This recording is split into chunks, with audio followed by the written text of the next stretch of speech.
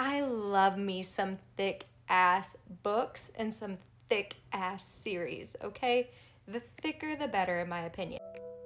So a little birdie told me that you're wanting to read some thick books, but you're also putting them off because they're thick. Let's go ahead and let me teach you how to take on the thick old books, okay? So this is the third book in the Faithful and the Fallen series. The majority of these books are well over 600 pages, so the mass paperback. So this one is 745 pages. This is Assassin's Quest. This is the third book in the Farseer trilogy. 854 pages. I'm gonna teach you how to get through them. So the way I do it, if you can see, is I've already tabbed, okay? If a book is taking me longer than a week to finish, I'm not happy. It does not make me happy. I'm not enjoying it. And if it's taking me 2 weeks, I'm probably close to DNFing it. However, that is not the case with everybody. The majority of people read these kind of books in a month to 2 months, okay?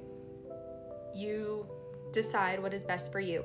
For me, I have these tabbed up into 5 days. Took the total number of pages for Assassin's Quest, 854 pages. So I took that, divided it by 5. I'm also a person that I have to finish on a chapter. So each of these is going to be on a new chapter. So that is how many pages I am reading per day. And I divided this by 5, and then I was like, oh, I want to read a couple more pages to get to the next chapter. I also did that for Run. Again, I divided it by 5, ignore this first one. That's the map for me to reference back to.